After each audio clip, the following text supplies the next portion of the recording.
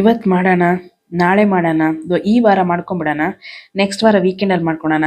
ಈ ಥರ ಯಾವುದೋ ಒಂದೇ ಒಂದು ಕೆಲಸನ ನಾವು ಮುಂದೆ ತಳ್ತಾನೇ ಇರ್ತೀವಲ್ಲ, ಆ ರೀತಿಯಾಗಿ ನನ್ನ ಮನೆಯಲ್ಲಿ ನಾನು ಸಾಕಷ್ಟು ದಿನಗಳಿಂದ ಸ್ವಲ್ಪ ಮುಂದೆ ತಳ್ಕೊಂಡು ಬಂದಿದ್ದು ಕೆಲಸನೇ ಈ ಚಿಮ್ನಿ ಕ್ಲೀನಿಂಗ್. ಆ್ಯಕ್ಚುಲಿ ಒಂದು 2-3 ಮಂತ್ಸ್ ಆಗಿಬಿಟ್ಟಿತ್ತು. ಸೊ ಹಾಗಾಗಿ ಅದರಲ್ಲಿ ಜಿಡ್ಡು ಫಾರ್ಮೇಷನ್, ಡಸ್ಟ್ ಫಾರ್ಮೇಷನ್ ಜಾಸ್ತಿನೇ ಆಗಿತ್ತು. ಸೊ ಅಮೆಝಾನಲ್ಲಿ ಇದೊಂದು ಪ್ರಾಡಕ್ಟ್ ನೋಡಿದ್ದೆ, ಅದನ್ನು ಯೂಸ್ ಮಾಡಿದೆ ಈ ಸತಿ ನನ್ನ ಚಿಮ್ನಿ ಕ್ಲೀನಿಂಗ್ಗೆ. ನಿಜವಾಗ್ಲೂ ತುಂಬಾ ಹೆಲ್ಪ್ಫುಲ್ ಆಗಿತ್ತು. ಗ್ರೀಸ್ ಎಲ್ಲ ಹಾಗೇನೆ ನಿಧಾನಕ್ಕೆ ಅದದೇ ಕರಗಿ ಬರ್ತಾ ಇತ್ತು ನೋಡಿ. And at the end results ನೋಡ್ಬೋದು. ತುಂಬ ಕ್ಲೀನಾಗಿ ಅದು ನನಗೆ ತುಂಬ ಸ್ಟ್ರೆಸ್ ಮಾಡ್ದಿರ ಈಸಿಯಾಗಿ ವೈಪ್ ಮಾಡ್ಕೊಳೋ ರೀತಿಯಲ್ಲಿ ಅದು ಫುಲ್ ಜಿಡ್ಡೆಲ್ಲ ಇಳೀತು.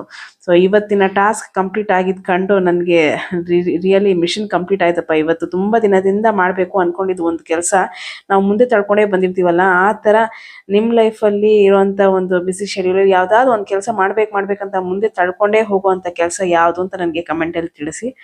ಹಾಗೆ ಇವತ್ತು ಸಿಂಪಲ್ ಬ್ರೇಕ್ಫಾಸ್ಟ್